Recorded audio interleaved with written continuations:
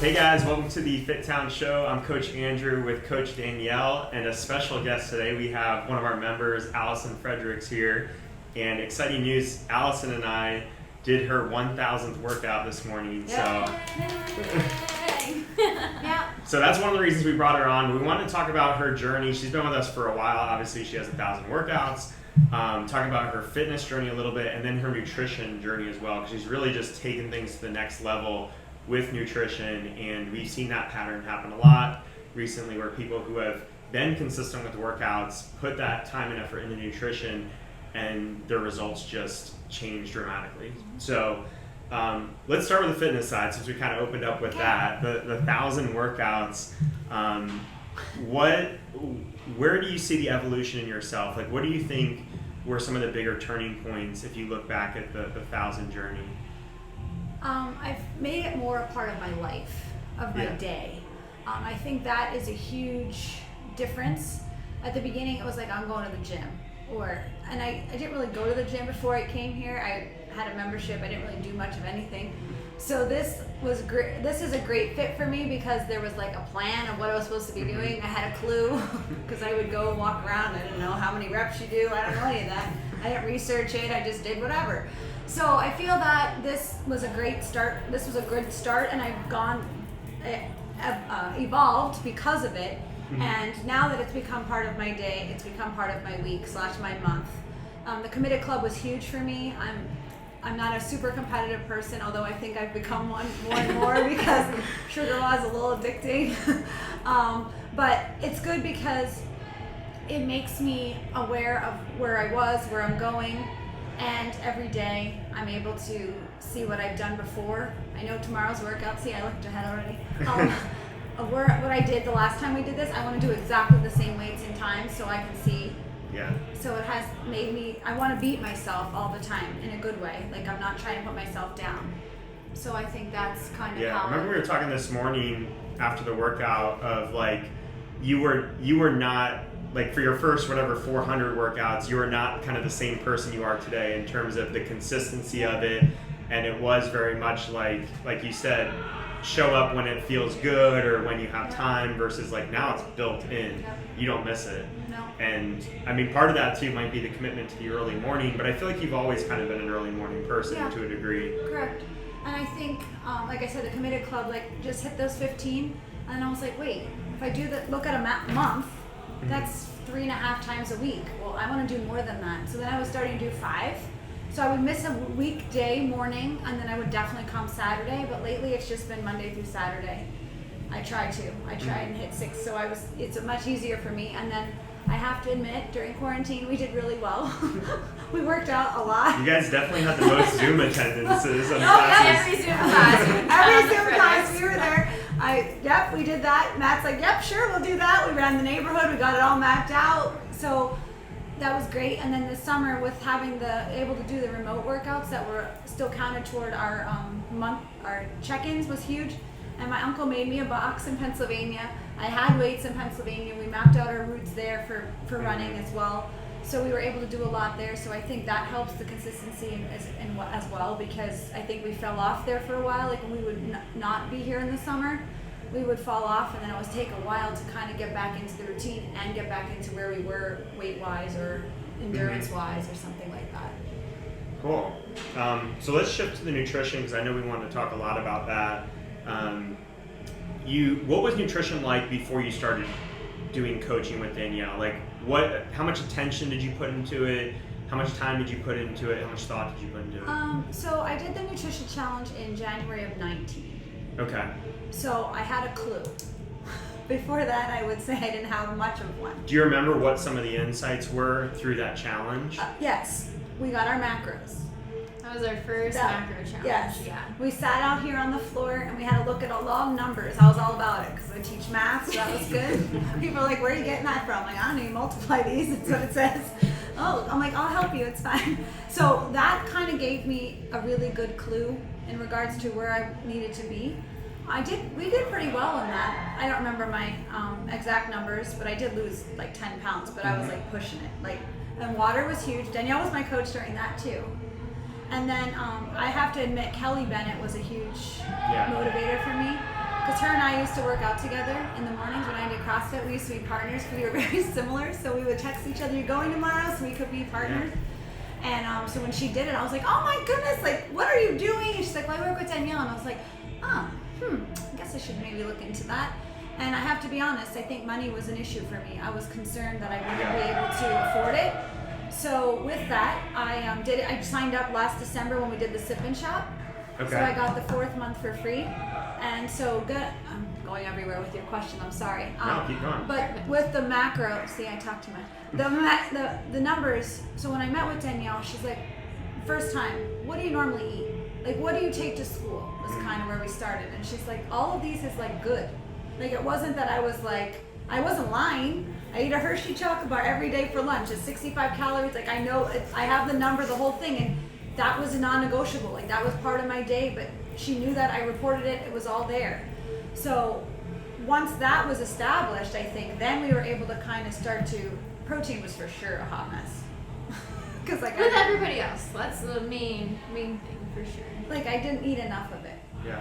So when I did this challenge, well, I didn't really do well with it, but I didn't know, like, do I change my protein in regards to week 4? Or 3, I'm sorry. Week 3 was tracking your protein. No, stick with your numbers, because it was, I took that number off the in body, and I was like, do I have to adjust to hit the 104, I think it was my lean body mass, in regards to that. So I wouldn't say since that challenge really did help me, so it was 12 months. I was trying to maintain, but I didn't at all. I gained it all back, and then we started over when I worked with Danielle. But I at least had a clue, and tracking it, and then having my macros set had made a big difference. What did you see, Danielle? Like, what did you think that Allison had pretty well dialed in versus what were the things that she was still missing when you started working together the second time post-challenge? So food quality, I think, was pretty spot on. Like, you guys were you had learned a lot. Not just, was that your first challenge, the one in January? Because you had a very good food knowledge coming in already, and I guess it could have been from that, because you had been doing it for about 11 months. We started in December of last year. So I think that your food quality was really good. You were very mindful. You were good at packing snacks, and you were a good planner and a good prepper. But I think kind of the main things that we changed were quantities of what you were eating. Not so much, big drastic change in what you were eating, but just little things here and there that made big differences and added up. So water for sure was a big adjustment. It still is probably the hardest thing that we deal with weekly, but... So what do you notice when you drink enough water? Because a lot of people hear water, I should be drinking more water, and then they don't really take action on it. What do you notice? I can't say that I have super noticed anything except it's mental, and I don't know if this correlates with all that's going on. I've had headaches a lot more frequently, and I'm not, I don't have issues. I don't know if it's the screen that I'm teaching virtually at the same time. I don't know if it's not drinking enough water. I don't know if it's wearing the mask and not drinking enough water. So that I've noticed more recently. The bathroom obviously was an issue. Teaching, that was a huge that was a big deal, because I have one in my classroom because I'm in a portable, concretable. So I can use the restroom between classes. Well, my kids are unattended. Well, now I can't leave them unattended during COVID because they touch each other. So there's so now I really haven't been drinking as much until after school, which is fine, but I'm still not hitting my 100 that my goal is. My best has been 88. Yeah. Cool. Lately, which I know is not, our goal is 100, and I tell her I'm at 88. I was getting the 2 points every day on the challenge because it was 85, so I was hitting that, but it wasn't our expectation of 100. Yeah. And I know before the scan I have to be well hydrated. I didn't do my scan yet, FYI. But it's that, and then we looked at one of them with I didn't drink enough at one of my scans. We did a retest in a week and a half, and we saw, and there was numbers had changed as what we had thought. Difference. So you mentioned non-negotiables, the Hershey bar being one of them. What are others for you? And they might not be a daily thing, but they might be a weekly or monthly thing, or is that it for you? There's really not many things that I have to have. I'm not, occasionally I have ice cream, but I mark it down, but it's not like I have to have it. I don't go out and buy it just to have it. If it's there, sometimes I eat it. But I'll track everything. The one week I remember we met, and I was having Tostitos. She goes, "I love that you're honest." I'm like, I have nothing to hide. like I want you to know that I'm being honest, because she was looking at it one day we were meeting here. She's like, you are so funny. I was like, well, I had it. Yeah. I ate it. And like I counted out, I weigh stuff out. Like my dad was extremely overweight. He laughs. I'm like, Dad, you could still have your pretzels or whatever you want, but just you can't have the whole bag. Yeah. So I've become a lot more aware of that kind of stuff. Beef jerky, not that it's non-negotiable, but I've gotten the fat-free beef jerky sticks or something from Costco. 60 calories for 1 ounce or something, and there's a lot of protein in that. So that was like a non-negotiable in my lunch. I haven't taken those in a while just because I forgot to pack it. But so I don't know that I have one. I'm a big pizza fan, I have to admit. But I was just saying, I do some cauliflower pizza occasionally. But there's nothing really. I'm not a big alcohol. I don't drink a lot of alcohol really ever.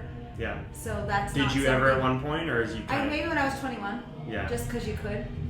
But I did Weight Watchers. That's the other thing. I did Weight Watchers back in 12, and I'd rather eat my points than drink them. Is what it came down to. So I just kind of stopped. And it's not, occasionally I'll drink here or there, but we're always never home when we do that. So I always worry about driving.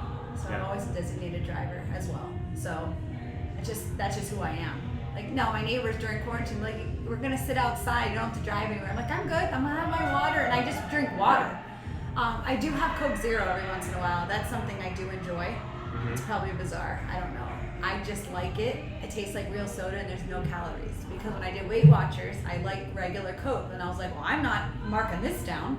Yeah. So I went to Coke Zero. So occasionally I'll have that at home, but it's not like an everyday. I don't drink coffee. I don't really drink anything but water or a Coke Zero. Yeah. Like, I'm sweet iced tea occasionally, but like, I'm not like too crazy. Like, I don't have 50,000 different things in my fridge. Like, I just don't. From your perspective, Danielle, what do you feel like makes Allison successful with nutrition coaching and being one of your clients? Is it like the honesty piece? What are some elements that stand out to you? Yeah, I think honesty is really huge. Planning and preparing, like you're a great planner, and then you're very coachable. You're very open to hear what I have to say and always wanting a lot of feedback. So when we do check-ins on Sunday, even though my questions that I ask you are pretty similar week to week, you always give me really detailed feedback. And as a coach, that I couldn't ask for anything more than that, to be able to, have a ton of stuff to work with and really pick up on things when maybe they would be easily overlooked with somebody who was a little more vague. So can you tell us about your planning a little bit? Because I think as a teacher, you probably take for granted how good you are as a planner, that like people like us probably don't naturally do that stuff. So how do you plan out your food? Okay, so step one, I don't cook a thing. Okay. So that's good news. Matt cooks everything. Okay, cool. So find a sugar daddy. Step one. So I'm putting that out there, so that's good. So honestly, he's helped a lot. Yeah, I think he's changed in a good way. Like he doesn't. I tell him that he should just get his numbers fixed and see, because I really think he would do really well. I don't think he eats enough. Yeah. But anyway, from what I know, from what I eat, but we'll plan. So I use a lot of the recipes from the Healthy Steps Nutrition. Yeah. Like we're crock-pot people for school lunch. Cool. So we measure that out. But some days I'm like, wait, we have this really good recipe, but I don't know anything about it. Like, so with that, she was like, put it in the MyFitnessPal. Okay, and it was good. The numbers were good, but I just didn't have them in there. So I do some Pinterest healthy crock-pot meal things. Yeah. So that's usually our lunch. Often are you using the crock-pot? Is it just a Sunday? Usually a Sunday for the week, yes. Okay. So like most time we'll double it. So our big one that we do is ground chicken chili. Okay. So that goes in Sunday, we double it, so it lasts us till Friday. Yeah. That's usually what we do. The one Coach Melissa posted on the nutrition page probably in the summer was chicken with salsa. Okay. And then we do cauliflower rice usually with that. So that's a Sunday meal for the week. Yeah. So that's how we do our lunches for the most part. Breakfast, I'm not a big breakfast person. We do protein shake.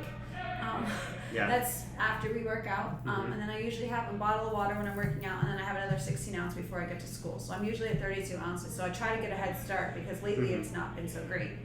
And then we bought we just bought recently at Costco frittatas, egg white frittatas. Yeah. They're small, but 2 of them is pretty low calories and it's decent numbers. So, because Matt will even say, "Do you think this is all right?" I'm like, it's a little high in fat.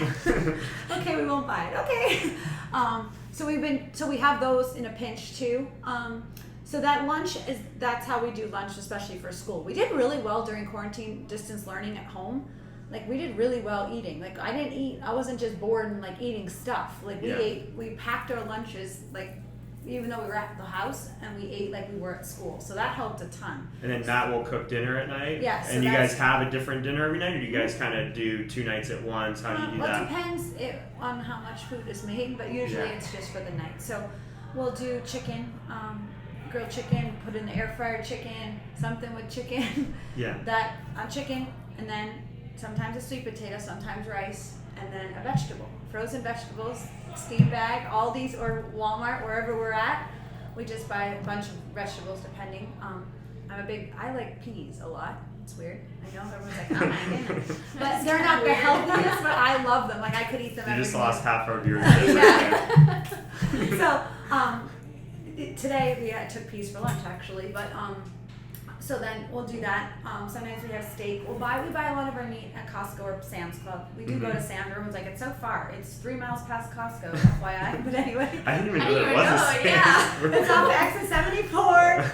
My mom pays for that membership, so I keep it. Is that past Indian Town? I don't go past that's Indian Town. Yeah, it's off of, what the heck street is that? Oh my goodness. I used to work off of it. 45th Street, sorry. Okay. So we'll buy ground meat there too. We do buy ground chicken a lot at Aldi's. It's a pound for $2.99. Like Walmart's like $6.99 or something. So we buy ground. So I make ground chicken meatloaf in little muffin pans. That's been my new fave. Nice. So good. Is that a lunch thing? Man. That's a lunch thing? Well, then it was dinner. We had some left, so then it was a lunch Okay. thing. Because we weren't home the weekend to plan our lunches, so it worked out really well for that. Cauliflower rice, cauliflower mashed potatoes. They're a good side. They're a staple.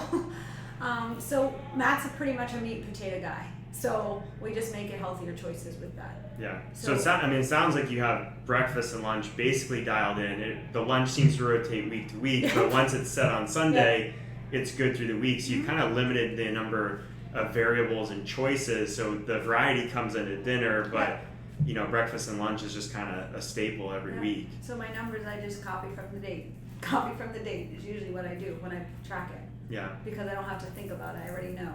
So we just buy our meat in bulk at those places and go from there. I like pork too.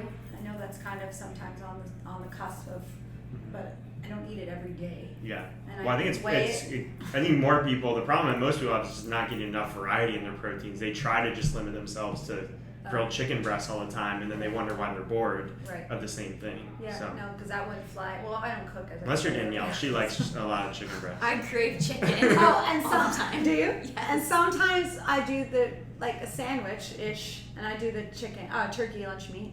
I'll do that because that's numbers are really good on that.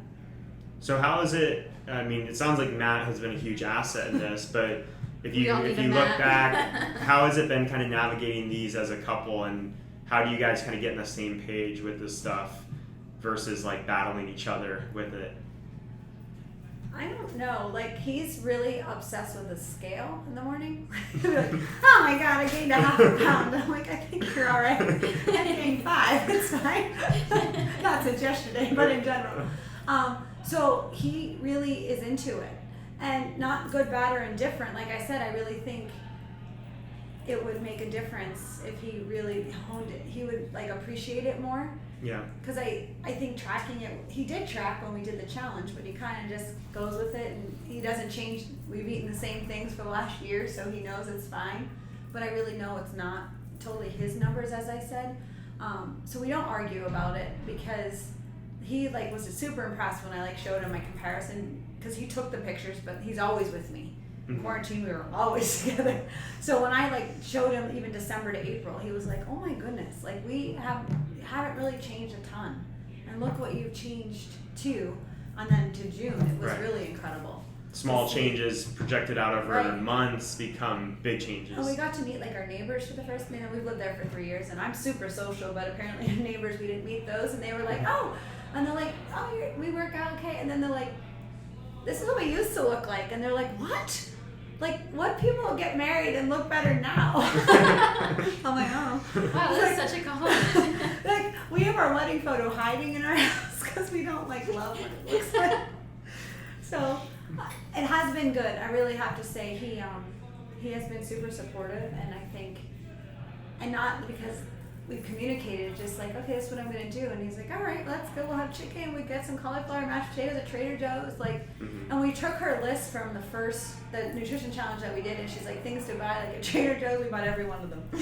I have a new thing for you. Like we tried everything. Like the green goddess sauce or something. Yeah. Like Matt's like, yep, we're buying that. Like we bought everything. So now we know like at certain stores what to get. We don't shop at Publix because it's expensive. Yeah. But we go to Walmart, get our frozen vegetables. We go to Aldi's. We do shop a lot at Aldi's. Oh, every day for lunch we take some sort of fruit as well. This week was pineapple. That was this week's. You got a theme for each week? Depends. Sometimes it's grapes. Sometimes it's oranges. Try and do easy that we can like pack. Like I can't eat apples actually. I'm allergic to apples and pears. I think it's the pesticides on the skin, so we don't buy those because I can't have them, and I'm not interested to unpeel them. Like I just don't eat them. Yeah. Because I'm like I don't know truly what it is, and I don't need to figure it out. So we just don't eat those fruits. But that's a big part of our day. So Aldi's, we have like a list of things we get. I do buy some snacks there, like as well, like reduced fat wheat thins are like 98 cents a box. If I wanted a cracker, I eat 15 of them, I track it and move on. Like, it's, I don't know, it's just kind of how often does that come up for you where you have those cravings and you have to build it in? Is that like a daily thing or is that a weekly thing that you're... It depends because I think now I'm still adjusting to the new schedule because I eat lunch an hour and a half earlier than I ate it last year. So... And we have a weekly rotating schedule this year with school, so my planning's different every week. My lunch is never different, it's at 12. So last year I used to eat certain things with certain class. Oh, you're having your string cheese now, or whatever it was at this time. But now it's more the afternoon that I have a longer afternoon. I ate lunch last year at 1:45. So I ate a lot before of my snacks, and now my lunch is at noon. So my afternoon is super long. So sometimes when I get home, I'm like, I don't know what I could eat. Yeah. Sometimes I grab carrots because I have them, and other times it's just like whatever I can. I'll have beef jerky occasionally. Nuts, which I know are high in fat, but we'll try and grab some of them. Depends, but sometimes I'm like, I just need some crackers or pretzels or something. But I'm super honest. Matt's like, did you track that? I'm like, of course I did. I ate 30 of them. He's like, no, you didn't. I'm like, oh, I counted them. It's just me. What advice would you have? Let's start this way. What advice would you have for yourself? You're 1,000 workouts in, and we've been talking a lot about nutrition. What advice would you have for yourself first workout? And that could be nutrition related, fitness related. First workout ever? You first workout here. You started, not necessarily for that day, but in that moment in time, and what headspace you were in. What advice would you tell yourself now, if anything? Oh, now, okay. Let's say that day I was like, I have no idea what to expect. So, I think that nutrition, knowing what I know now, for my advice would be, it does make a difference on what you put into your body and how you're going to perform. I don't know if I answered your question. Yeah. But I for sure have seen a difference in regards to my times in running. My weights choices. I ask every day a coach, what do you suggest where I start today? Like I don't just, I was married to 20s. I like to say that 20-pound dumbbells for 4 or 5 months. So now I know I can do that. So I'll start there on building days maybe, and then go up. Like yesterday on the bench press, I only went to 25. I don't love bench press, and I didn't push myself. Like I know I didn't, but I did really well on the deadlifts. I probably could have, 105 is the heaviest one we have, but I could have done doubles of something. But time was getting close and I didn't try. So I definitely have like favorite movements for sure. Jump rope, I love jump rope. Last Thursday was the best day ever. So we were the choice was 25 sit-ups or 30. I did 25 so I could jump rope longer. Oh my gosh. I had 930 singles. That's crazy. So was that the best, or did someone beat you that day? No girls beat me, but a boy did, but not by much. I was mad. But now my goal, I really, really want to get dubs because I really think I could get them because I really like jumping rope. Everyone thinks I'm ridiculous, but I do love it. Tomorrow, like I said, I finished the one workout. I looked at my times already, of course I did. And I finished the workout. It was the 30-20-10 of bike and Russian kettlebell swings, and then dumbbell snatch and row. I did not finish that one. I was capped. So I'm anxious to see if I could finish it tomorrow. I open in the morning. I know. So you and me. I know. So I said I'll see you tomorrow. But I finished the bike one. I did 53-pound Russian kettlebell swing. So I'm like super honest. And that's another thing. Amanda's post on integrity really resonated with me because as a teacher, that's like me. Like I'm so about being honest. And right now with digital learning, I feel like there's a lot of not honesty going on because kids cheat. And I really think people cheat. And like when we came in to get to get weights, I was saying to Amanda, I'm like, there is no way that happened to that person. And she was like, you need to relax. I'm like, no, there's no way. And she was like, well, they probably didn't read the directions or watch the video. And I was like, well, we watched it the night before and the morning of, like, we knew what we had to do. Then we went to Zoom. Like, so it just really resonates with me because some people, but then they don't put anything. They just put their time. Yeah. Well, they could have done 10 pounds where I'm doing 25. So I got to reflect on that because I'm a super reflective person. Yeah. And I was telling Danielle when I first started, this is super bizarre, but my love language is words of affirmation. I think everybody needs to know everybody's love language. Did you do because yours? I think I'm words of affirmation. But knowing that is good for me because I know how to like. So I was like, I'm asking her, and she's like, "You're fine." I'm like, "Okay, but is it all right? Like, is it like I want to make sure that I'm doing what's supposed to be done." So I did that in premarital classes, but it just stuck with me, and so. Like today was huge for me to hit that 1,000 because it put the icing on the cake for my nutrition. It put the icing on the cake for my journey here.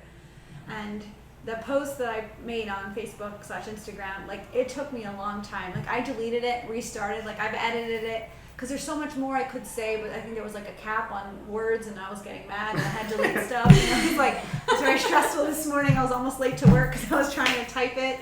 And there's just so much, I have so much words and thanks that I can give because you guys have helped make me who I am. And I wish that more people could see the good things that happen when you invest time in yourself. Yeah. And me making this part of my day has made such a huge difference in my life.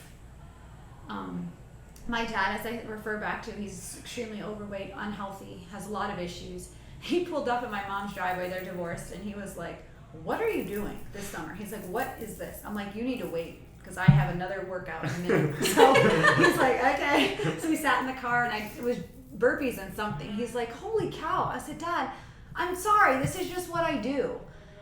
When I'm done in 10 minutes, we'll chat, but you need to give me my 10 minutes. Like, and he thinks like I'm crazy and stuff, but I'm like, every time I go home, he's like, you're anorexic. I'm like, oh, no, definitely not.